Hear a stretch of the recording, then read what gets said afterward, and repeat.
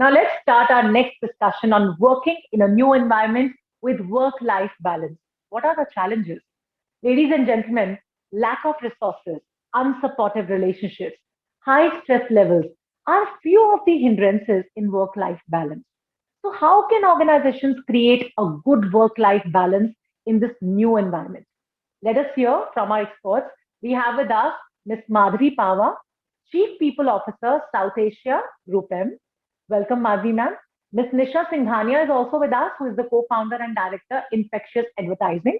Ms. Tarunjeet Rattan is with us, who is the managing partner, Nucleus PR. We have with us Ms. Valerie.Pinto, Chief Executive Officer, Weber Shandwick. And to conduct this session, we have with us Mr. Lloyd Mathias, angel investor and business strategist with us. So I kindly request you to proceed with the discussion, Mr. Mathias. Good afternoon, and great to be with this wonderful panel of women disruptors. The topic we're speaking about today is working in a new environment with work-life balance. What are the challenges?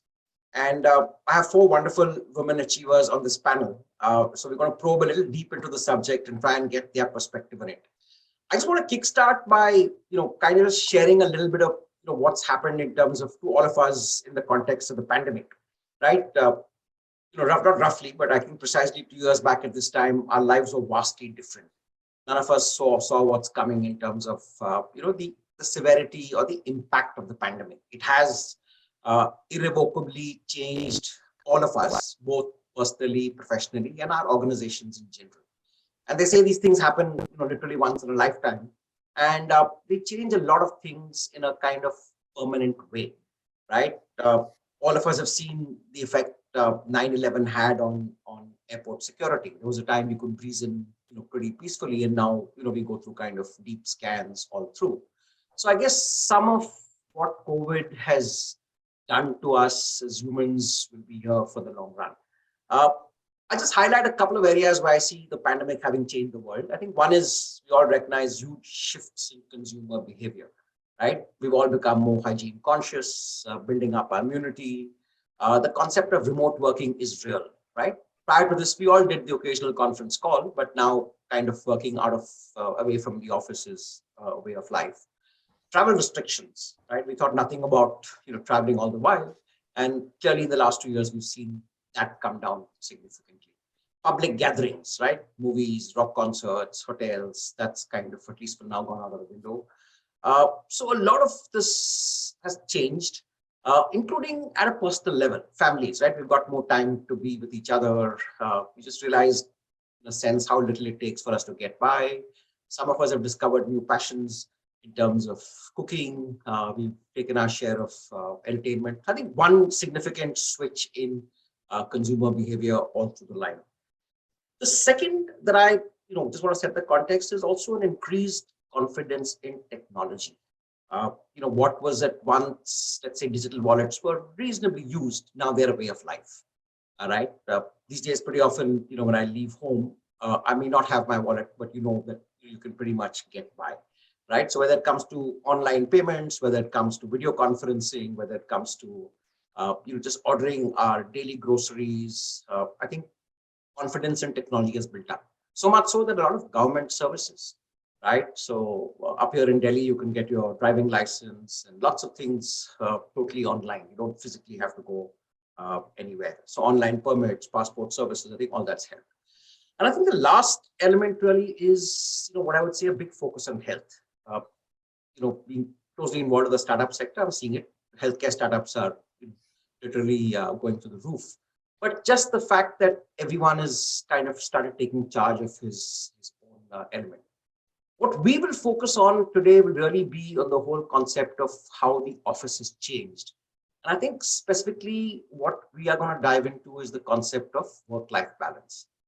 So I'll kick it off and, first on, want to get Madhvi's perspective. In an organization like yours, in GroupM, what significant change have you seen in the last 2 years? How has the organization, ensured or worked towards ensuring a better work-life balance for your teams? So like you said, Lloyd, the change was dramatic. And, I think it's often said that whether it was the whole digital acceleration or the acceptance of remote working, what would have taken us a decade, happened in 10 days. I think it was 14th or 15th of March, that weekend, when, the world kind of just changed. You used to always say euphemistically, what will happen? Will the world come to a standstill? And yeah, it did, right? And then it started again in a totally different way. I think one of our biggest learnings is, I think there are two, if I would put it, which have helped us kind of anchor our whole approach, on people is, one is this whole idea, and the third I think is on hindsight. One is this whole idea of empathy and what's good for people, what's good for business. Nisha, we were chatting earlier and you mentioned that, and I couldn't, totally. So if I pivot and knowing that people need different things, so whatever we are doing, the architecture needs to be broad enough to straddle that. The other approach we realized very quickly in that, we talk about audience segmentation, right? Many times, and you earlier used to think about it as demographics, and you thought about people who are with this skill or people who are with this in this office or in this agency. We started seeing people as cohorts who had a shared context. So some of the cohorts we found that we needed to be kind of mindful who were going through similar things is, for example, mothers.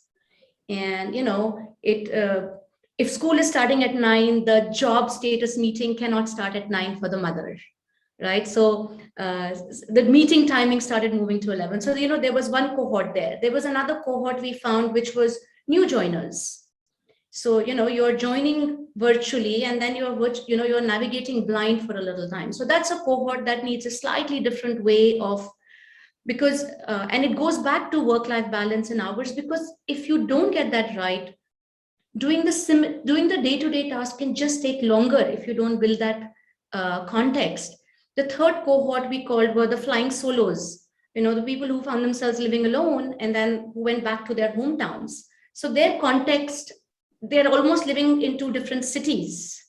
It's a very, very different context. And the fourth cohort we found that we really needed to, all of this would come through is leaders and, the language of the leadership. And the other thing that we learned on, and I'll just pass this back in a bit. I think what I notice now when I reflect back, thanks to Lloyd's reprise of the last 2 years, it just occurred to me that the marker of time for us seems to have changed. People describe their last 2 years in the context of, this happened to me in the first wave, this happened in the second wave, this happened in the third wave. So our marker is the waves that came in, and the markers of business are the calendar years or the financial years. And I think the whole thing of what talent and people function and, we as leaders are doing is getting that wave and that cadence to go along with that linearity of the calendar year or the financial year. That's a great lead in, Madhvi. I mean, I think, looking at it across, 4 segments of, let's say, new joiners, the normal working parents, then of course the flying solos, right? The folks who are just, going to go back to their hometown and work from there. And then of course, the leadership. And I think you also made an interesting point about empathy. And, in that context, I think, that's critical. I think one is what the organization can do to, to make empathy as, as something mainstreamed in the company, but that's also incumbent on people. I mean, just to share maybe a small issue here. I remember, in say somewhere in August, one of the companies that would have to sit on, it started with the CEO making his presentation and diving straight into explaining why business wasn't good. And a couple of people stopped him in his tracks and said, "Hey, this is a 4,000 member company, and we all got mails to the effect that 12 of our colleagues have passed on in the course of the pandemic, right?" And to my mind, and it was a big negative that the CEO didn't even choose to acknowledge the fact that the 14 of fellow employees were no more, right? And that could have been, everyone felt at least the first 15 minutes of the whole discussion and maybe a minute silence. But very often, I think it's the lack of empathy, that comes top down. That's an issue, and some, of course, is policy driven. But I think you made that great point. And I think we'll take it across to the entrepreneurs. Maybe we'll start with Nisha. And Nisha, how have you seen your organization navigate through the last 2 years? through this entire pandemic? So, Lloyd, I think it's been a learning curve for all of us. I think, like Madhvi said, when it hit us, it was literally something that could have taken years to happen, but we all had to change overnight, And I think from the starting or from the beginning, I don't think at that point any of us realized that business would get impacted or how this would get impacted. But I think as we got into it, the one thing that we were sure of is that we have to keep safety foremost, and everything then needs to work around that. So if it means that people need to work from homes, people have various challenges. At some places their homes could be in places where there's not good internet, or where electricity goes off. So how do you ensure that they can still function in those conditions? So keeping safety first, and everything else then work around it, and ensure that people's health and safety and well-being comes first. So that was the first thing that we did. The second thing, we realized that everybody has a different set of problems. And I think, Madhvi, you spoke a bit about that, and that really comes in even the cohorts. Like, for example, the going solos, like you described them, they had a very, very different problem, for people who were living by themselves, not being connected, not being able to go out and meet people. We saw a lot of people were facing severe mental health issues, and which is where we realized that there was a need to have groups which were not just about work, but just connecting, just having people being able to reach out, just sharing jokes with each other, just, so we started online games, online antaksharis. There were lots of such things, because people needed to feel connected. Of course, there were the, working parents, where probably for the first times in a lot of households, the fathers realized, oh my God, there is so much to be done with the children, So there were a lot of working dads who realized that, they needed to contribute as well. So there were different problems that different people had, and I don't think there was one solution to everything. You needed to look at individuals, understand what their problem is, and help them solve it. Yeah. So in our case, there was no standard policy. In fact, even now that we're looking at going into a hybrid model, there is no standard policy. It is extremely open. If you want to come to work, if you feel the need to come to work, then come to work. If you want, and because a lot of people have decided that they will now live in their hometowns forever, they don't want to live in a city like Mumbai or, whatever. So if you feel that you can work from there, it's completely left to people. So that's the way we have structured ourselves. Terrific, Nisha. Thanks for sharing that. And Tarunjeet, how about at Nucleus? How did you guys manage through this? Do you have kind of T-shaped policies, or you kind of play it as it goes along? Absolutely. So it's interesting that a lot of us might be from different industries, but our experiences have pretty much been the same. Yeah. Thankfully for us, we already had a work from home policy in place. When this hit us, we just extended it to the entire team. Interestingly, we started off as a virtual agency when we first came into existence, and spent a lot of time, money, energy, effort into getting the 4 walls and roof over our head and getting the address. And well, we are now back to virtual again. So life comes a full circle. But what we hadn't anticipated. So while we replicated all the work from home policies and everybody was very happy because we just seamlessly fell into it, what we didn't anticipate was the deluge of work that would come to us. While a lot of industries were struggling in the initial phase, we were thankful that we are lucky to be in a job. We are lucky to have, clients who pay us and having a healthy cash flow. All of that was, we were very grateful for it. But by the second or the third quarter, we had to, the entire leadership team at Nucleus had to step in and help clients understand that we need to set expectations. We need to relook at expectations, because those boundaries have to be set, where everything got blurred. And while we were happy to be in business, there has to be a point where you have to focus on your own health versus the bottom line. Yeah. So that was a tough thing for us to kind of, navigate through. But I think with the help of our clients specifically, and our team members, the confidence that team members gave us, we were able to figure out how to set those expectations. And now going forward, even when we are moving back to a hybrid model, we're looking at replicating those expectation parameters across all our clients.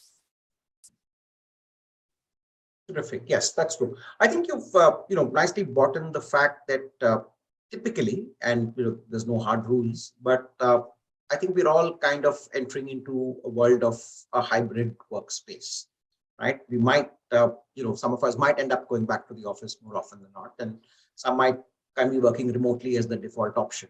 And I think organizations are working around processes to ensure that. One of the companies that I'm involved with, uh, you know, has dropped from 3 floors to 1 floor in a building inside the city, but with the view that teams will at least once or twice a month have a full team meeting, and that could happen either the office or elsewhere. So they're providing for those kind of things. So I think that's one realization. But moving forward and getting your perspective, Valerie, just want to understand what should typically a good work-life balance strategy be like? How is it in the case of Weber Shandwick, which you lead? But what do you think are expectations of a good work-life balance? And I'm just going to go a little deeper and ask you, is it very different from a female employee versus a male employee? So thanks, Lloyd, but I so totally connect with what Tarunjeet, Nisha, and all my panelists have said today. But the one thing on work-life balance to actually come into play, especially from an agency standpoint, is for the entire ecosystem to play to that work-life balance. So Tarunjeet alluded to it to some way. If you want to give your people, a sort of space to work and breathe and deliver real good productive work, you need the support of your clients as well. You need to create an infrastructure that allows for them to work wherever they want to work and the hours they want to work, so that they can deliver to the asks that they have. But for that, you need the client support, you need the the leadership support, you need to bring everything together. And I think that's going to really be a game changer moving forward as to how you allow the younger generation, especially that mid-tier level, who's now seen that I can use this technology. I don't need to waste 1.5 hours in a train or in a bus getting to work, and I can do more with my life. And it could be that for what a young person coming into the industry, or it could be for a female employee, like you mentioned, who needs that extra time to kind of do various things that or handle various responsibilities he or she may have towards family or home or whatever. And the same thing with even married men. I'm not taking that away from them. So they're starting to reason that, they're starting to look at that, and for them to be able to leverage that and build that balance in their life, you need the ecosystem to come together. And as we move into this new way of working, I think most organizations will have to think about how we enable those, like Nisha mentioned some time ago, just make sure that they're happy. And if they're happy wherever they are, then work will happen. Productivity will increase. But the moment you put the pressures back on, like Tarunjeet said, from a client standpoint, I need to see you face to face, I need you to be in my office at this time, I need this to happen, will you start seeing the pressures build up. So interesting to see how we work as organizations moving forward. Culture, I feel, as a leader of the organization, culture is something that is extremely important to build stickiness, right, in an organization. And I find it extremely hard to keep people connected, having to let them work from different parts of the world or different parts of the country and not seeing each other quite often. That chemistry of when you meet someone, you just emote some like I went to the office and I met my colleagues after a long time, and I felt so happy, like my mental balance came back to normal, and to say that, okay, this is great, we're back. But we have to live with the reality that it's not going to be all the time. Like Lloyd, you mentioned, people are going to shrink their office sizes and say, okay, maybe everyone doesn't want to come back. So yes, I think mental balance and keeping that mental balance is all about understanding who we're working with. Like Madhvi mentioned, finding the cohorts who it's more customized sort of approach. It's not one size fits all. It's being open-minded to what's coming up from the talent side as well as from the client side. It's changing mindsets as we go along, from agencies and clients' perspective and the relationships that we share. And it's leveraging technology very differently to empower all of us in ways in which we can still keep that magic alive as we used to have from an agency culture standpoint. So yeah, that's what we're trying to do from our side. Yeah, I think technology has indeed played a key role, and you made that point very well. It's just that, and I know for a fact for some of the organizations I'm involved with, is that prior to the pandemic, let's say a lot of conference calling from home and work from home happened at maybe relatively more senior levels of management, right? When you looked at the lockdown in perspective, the first 5 or 6 months, it was like the whole office was working from home, right? So how does one, ensure that the rest of the employees have access to good quality, let's say, office equipment, maybe a laptop for a lot of employees who never had one, not expecting everyone to work out of a smartphone. And then issues, of course, like, Wi-Fi. And that also brings us to the next point, was that empathy. At some level, an organization can mandate or can build policies that support empathy. But to some extent, it's also a very individual-driven thing. I know of a specific case that got highlighted in some parts of the media of a manager who or senior leader who snapped at his team because in someone's home, the dog kept coming into the room. Right now, these are realities, right? A lot of us sitting in our little home offices with with fiber Wi-Fi may not realize that there are homes in the country where there are 4 people in the house, spouses working, 2 kids going to school, and the Wi-Fi is just not good enough. Right, so you won't get that 100% silence. You'll have an occasional child, coming into screen. You'll have, Wi-Fi breakouts. So in that sense, empathy will be, clearly, how the organization, supports it in terms of policies, but what do individuals do about it as well. And I want to just come to Madhvi on this context, and possibly probe a little deeper into, what Valerie got started on. In the context of an organization, do you see going forward organizations, kind of build empathy as a kind of core into their hiring process? So every employee, they look at that aspect in a supportive context, and also, kind of keep in mind that people working from home will not be, in a sense, as ready on call as they are in office. Like the point you made about, if there's a 9 o'clock meeting and that's the time when the parent needs to drop his kid off to school, then can meetings be more accommodating? How do you see policies shaping up in organizations like yours and others to enable a more work-life friendly workspace?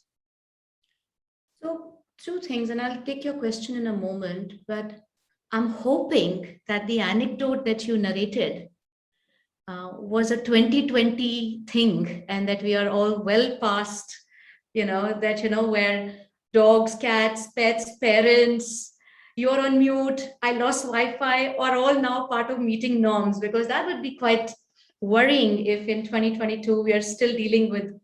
Madhvi, I'm going to interrupt you and warn you all. My cat has a habit of making a guest appearances in most Love the cat, bring her on. Exactly, so I'm hoping that those were the initial things, because to your question, how does policy enable it? I don't think policy can enable it, Lloyd. I think culture enables it. And you need culture, but yes, when there is this level of this width of topic and this level of ambiguity, I think some structure is required, And so if I may take a shot at a reductionist view of trying to knock this into a neat and tidy 2x2 matrix, I would say on the one hand is of course, the needs of the people or their context. But if you look at the tasks that we are talking about, and if you're talking about flexible, then one way to think about is tasks which are, they can either, one axis could be, it can either be synchronous or asynchronous. So synchronous is, for this, I need everyone there, at the same time. Or it could be an asynchronous, an individual task, a report needs to go. And on the other side, does this task need people to be co-located, or is it okay with this task to be distributed? And if we try and plug some of our tasks into this, then it gives managers of, because we've got to land something like empathy, which is experienced by somebody else, but the person who's giving that out also needs some frameworks. So I think if we can start to look at some of the tasks that teams are required to do, then it helps managers put something into context, saying, so actually maybe everybody doesn't need to be in on all the meetings. So some tasks I might prefer to knock off at 5:30 p.m. Somebody may need that time, because there's something for the child, and log back on at 8 p.m. So if managers can help people break that up, I think the other structural place where companies can come in, which is on, I notice, and I think that we tend to think of it either in terms of individual or as a whole organization. But actually, this kind of stuff really happens, the rubber hits the road at a team level. And so if we can think of this third thing somewhere in between the individual and the organization, and teams and norms, and what do teams agree to normalize in their ways of working using this 2x2 matrix, then I think we are beginning to give some tangible things to the language and the intention, the positive intent of empathy. Great. I think that's a great point you make about culture. And like I said, culture could vary within different organizations in a place, or could vary across countries. I mean, to share a small anecdote, HP, where I worked in India, one of the things was they provided for every employee to have 2 work from home days a month.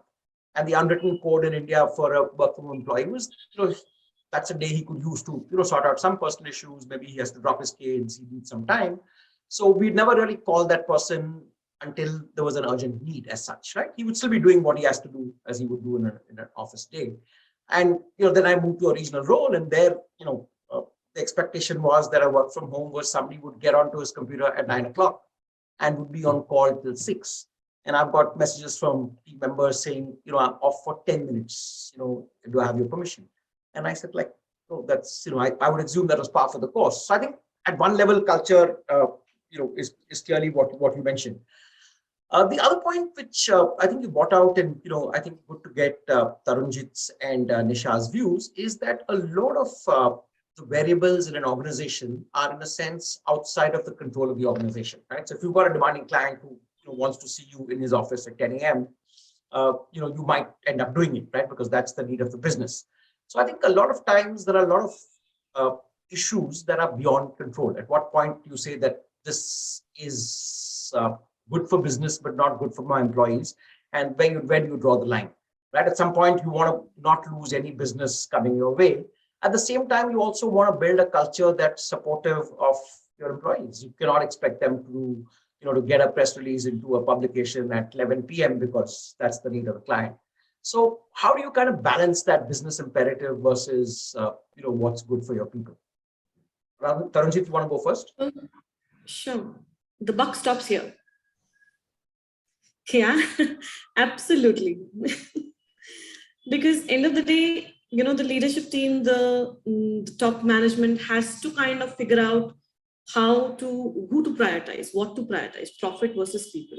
And I think very rightly, Madhvi put it, the culture of an organization is what binds all of us together, right?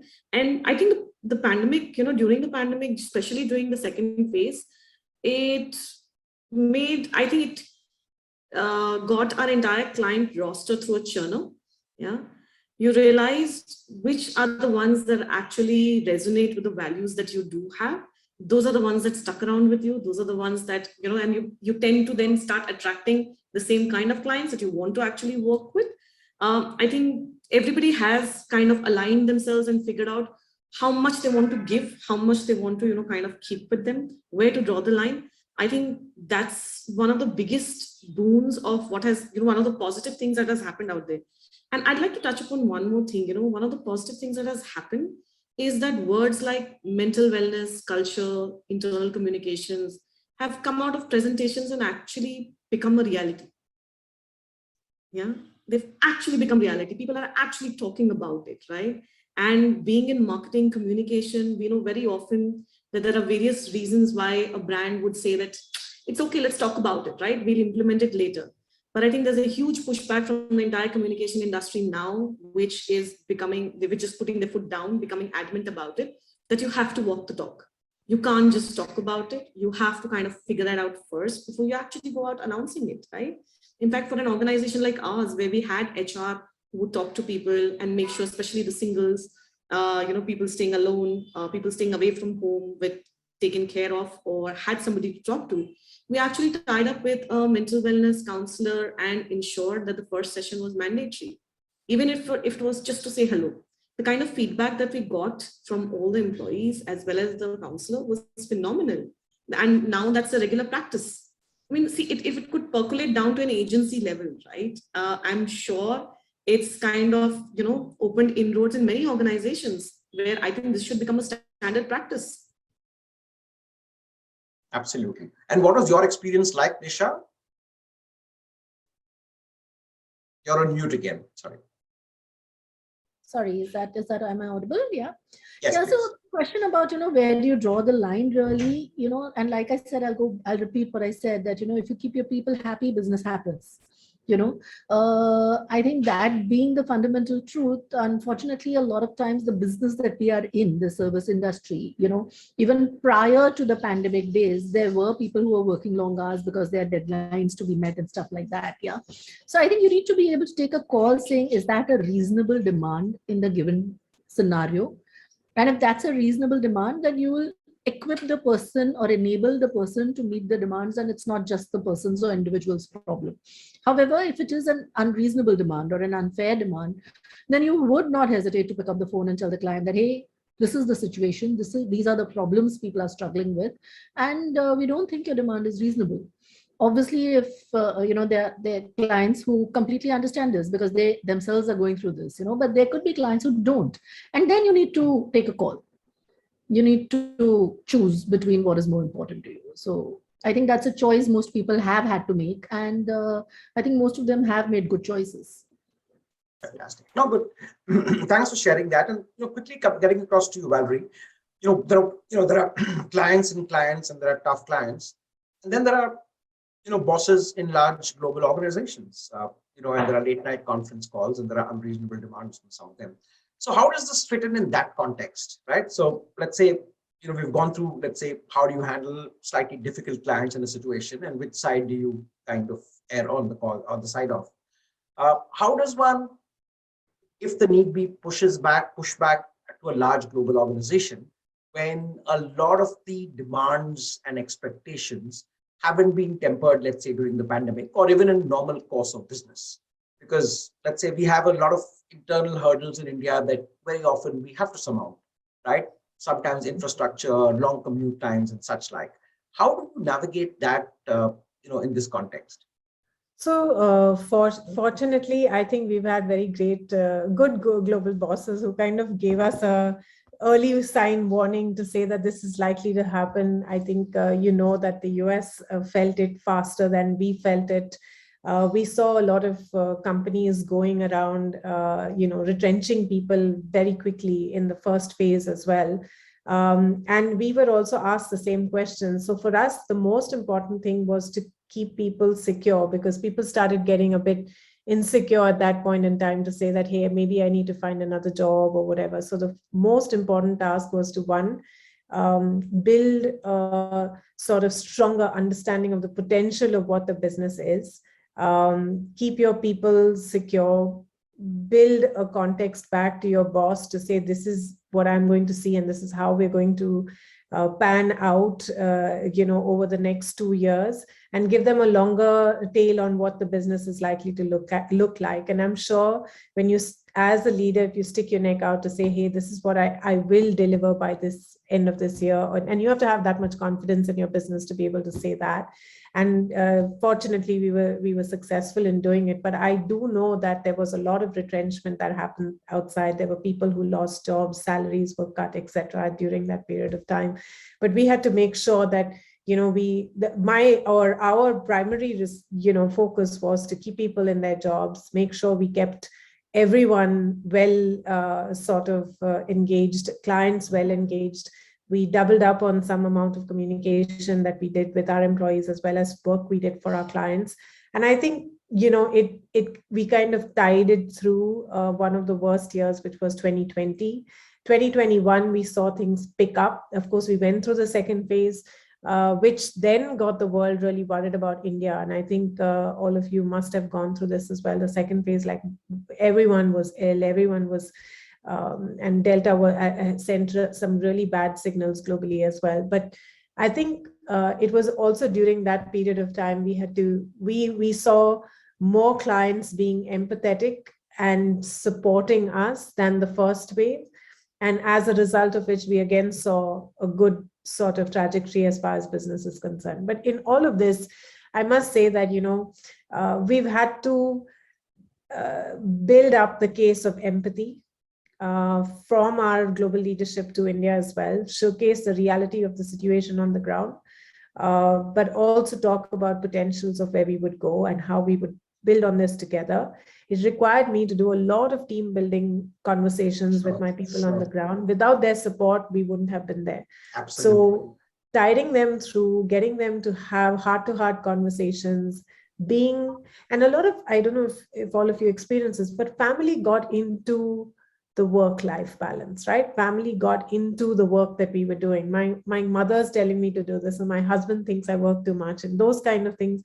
So we had to do things to even keep the families engaged into the business, to make sure that the people felt well anchored, because without them, you won't make it to the end. And, that's really how you had to keep the balance between the boss and the people and the outcomes that you had to deliver. So it was, yes, one of the most challenging last 2 years. But I think without the support of your clients, people, and your boss, you wouldn't have. No, that's great perspective. Thanks. Quickly shifting focus. Sure, Madhvi, please go ahead. It just occurred to me, I'm just hearing everyone talk about and the brave choices that, our leaders have made in the industry. And I was just thinking, we're talking about empathy in the context we've discussed, from flowing down from leaders. But equally, our learning is also that the communities that we've built, which is also part of the culture, the communities are great enablers of empathy. So like we have a parent buddy council, where if any parents need, advice or guidance, we have that. We've got mental health allies, where we've trained people to just, lend an empathetic ear. We've got about 30, 40 mental health allies, which again, we talked about mental well-being, right? We've kind of brought these out of the shush conversations into its open conversations. We've also got a community around inclusion and diversity. And we find that these councils and communities, laterally kind of go a long way in cultivating empathy. Got it. Thanks, Madhvi. I'm just shifting focus briefly towards the end of our conversation into what are employee expectations. And I'll do a kind of quick run through with all of you. What are the expectations from the employees for the organization to have a good work-life balance that will benefit both? Are there something that your employees have come back and said, it will make things easier going forward? Maybe Nisha, you want to go first? I think today, and especially the younger lot of employees, I think flexibility is something that everybody is looking for. Like I think I loved what you said, Madhvi, that it's not policy, it's culture. So I don't think policies can be made, because every employee is looking for what works for them. Somebody would want to come to work, somebody may not want to come to work, somebody may want to work from, we have someone who's in Mount Abu and she may want to work from there forever. So it's flexibility. The second is empathy, and empathy is a very large word, but a level of understanding of what your specific problem is, and everybody taking cognizance of that and coming around that and helping you as a team. That is the second thing, according to me, what employees are looking for. I think the excuse that, business has been bad and numbers aren't being met, I think that's gone. Now it's back in action, and I think people will want to look for rewards and recognition and compensation which is suitable to this, their designations and everything. So that is something I think we need to start doing. So these are the three things. Sure. Valerie, from your context, what were some employee expectations going forward? So employees, I think like Madhvi said, we've also divided the employees into different buckets because, there are some who can do work from home and some who have to be, who want to also be in the office to kind of work with each other. So the employees are asking, a lot of them are asking to actually please allow us to come back to the office and work from the office because we can't do this in our homes any longer. People are like putting added pressure on you. So we have a lot of those who want to just come back and work from home, from the office. Then there are those who say that, I don't need to do this every day. I can do some parts of it from home and maybe I do 3 times a week. And so there are those flexible options that are available.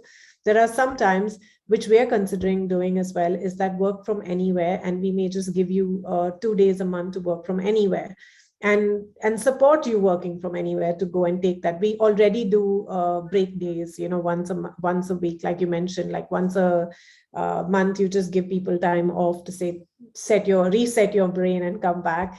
So we may just take that and extend it further and say, okay, go work from Goa. I mean, we'll let you go from anywhere you want to do this for 2 days. So, you have to be innovative now in the way you're going to manage this expectation. And they are expecting, of course, we've seen that in the PR industry before any other industry, that they're expecting fabulous, hikes in their salaries and the workload that they're taking on. And they all want to look for newer opportunities who will give them more from what they're doing. So that's happening in all industries, I think, and more so with us. So yeah, I mean, we're going to see exciting times ahead. Madhvi, on to you quickly, and want to understand key employee expectations. I think Nisha talked about flexibility, and I think yes, across the world, people would expect a lot more of that. Empathy clearly is given. Aside from that, are you also looking at specific areas like life stage, right? So parents of young kids would obviously want a little bit more flexibility in terms of being able to spend more time with them. So are there specific categories that you guys look at, and is in the course of an appraisal process, are you going to be flagging off the need for empathy among senior staff? So the answer to the second part of your question is an unequivocal yes. And it's again, you just find that effective leaders are empathetic leaders. It used to earlier be called a soft skill. I think we all agree it's a power skill or a hard skill, and it's hard in many ways as well. So unequivocally, absolutely yes. To your point, Lloyd. But quickly to interrupt you there, so do organizations find a way of measuring it? Let's say we all grow in an environment, particularly me, where the Jack Welches of the world, the big successful leaders were the hard taskmasters who drove their staff to work till midnight and so on and so forth, right? So how do organizations measure this empathy factor? Is there anything close to kind of how do you rate this? Will there be a 360-degree feedback that talks to his team and says, is he a slave driver or is he slightly more empathetic? I think the same way we listen to consumers, right? Which is a mix of qual and quant. So there would be the 360 assessments, etc. And then there is anecdotal. Sure. And the way I follow it is if I hear, what gets appreciated gets repeated. So if I hear something positive about something, I definitely make sure I beam it back to the person I hear it about. And if there's something less favorable that I hear, then, if you hear it about 3 times, then I would feel, okay, that's enough of a pattern to then call that out.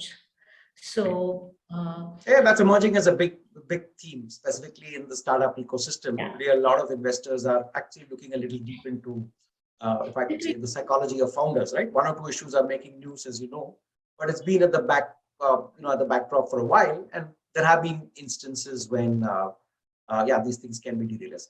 Tarunjeet, coming to you, any changes in policy to kind of suit what employees are asking for a better work-life balance? Yeah, before I get to that, I'd like to make an observation to what Madhvi has said. Very interestingly, it's not new that, I've been looking at standing up for my team or drawing boundaries, but before the pandemic, this was labeled as difficult, opinionated, a rude move. Yeah. Now it's seen as empathetic, no more a soft skill, but a power skill. Yeah? I'm glad for that shift. Yeah? May there be more in this tribe. But when it comes to policies and expectations, I think setting expectations is one of the key things that every new employee is wanting, every employer to kind of set for them. I pretty much agree with what Nisha and Valerie have said. And second, very importantly, when you're setting expectations, they do want to be compensated for that. Yeah.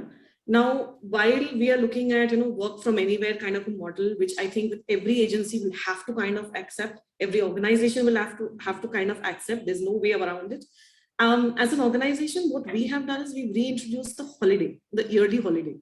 I think that's very essential because working from anywhere, everybody thought, what's the need for it? You pretty much are working from anywhere possible, but you're still mentally at work. You're still there. The need to disengage. You need to know that I need to do this by 5 o'clock. I need to submit this report by 3 o'clock. So we've reintroduced that much to the, I think, entire team has been really, really happy that we've kind of reintroduced it. Initially, they did fight it, saying that we don't need it. We're happy working from anywhere. I was like, I'm lucky to have a team like that, but I need to introduce this for your well-being. Makes sense. Makes sense. No, thanks. That's a great point. That's an absolutely great point. These smaller, kind of policies or smaller structural policies that will give structure to this entire culture that we are trying to build is what every new employee will kind of look at. And a lot of this culture flag has, I think the onus of carrying this culture flag has been on the older employees. I think all through 2020 and 2021, great point. They were the ones who had to set it. The newer ones never really got to feel that, right? I think now the new employees that are joining in want to experience that culture. Absolutely. Absolutely. Just one last, single line answer from each of you. And this is like a rapid fire as, Kejo would do. Just quickly, what is the one thing going forward that you do differently as opposed to, say, 2 years ago, now that you've seen the impact of the pandemic in terms of engineering a better work-life balance, either for yourself or for your organization? I'm looking for a one-line answer. Nisha, you shoot first. I can hire from all over the world. I'm not restricted to geography. Terrific. Valerie? I don't need to have people, who work just for me. I can find people from anywhere, like she just mentioned. Can create a virtual bench as well. So that's something that will help me in the future. Excellent. Madhvi? So I would say, earlier we used to, I'll do it a little metaphorically. We used to earlier look at this as a plateau, right? There was an equilibrium. And I think now I've started seeing this whole thing as peaks and valleys of the virus. So you play in the valleys of the virus and you hunker down during the peak. If you're doing that in our personal life as well. And the idea is how do we do it together with our people? Fabulous. Tarunjeet, last word. Talent definitely can hire from anywhere, but the biggest positive part is acceptance of technology. Fantastic. Absolutely. It's really changed our lives. Thanks, ladies. Wonderful conversation. Really enjoyed chatting with you, Nisha, Tarunjeet, Madhvi, Valerie. Fantastic conversation, and all the very best. Hopefully, Thanks, we'll all Lloyd. engineer better. We'll have better work-life balances for ourselves, for our teams, and have a great day ahead. Thank you so much. And let's give it up for you, Lloyd, as well. Thank you so much for asking such thoughtful For being questions. patient with all of us. Thank you. Now, this one needs immediate attention, and I think all of you would agree to it. I appreciate your thoughts and suggestions. Thank you so much for your wholehearted participation.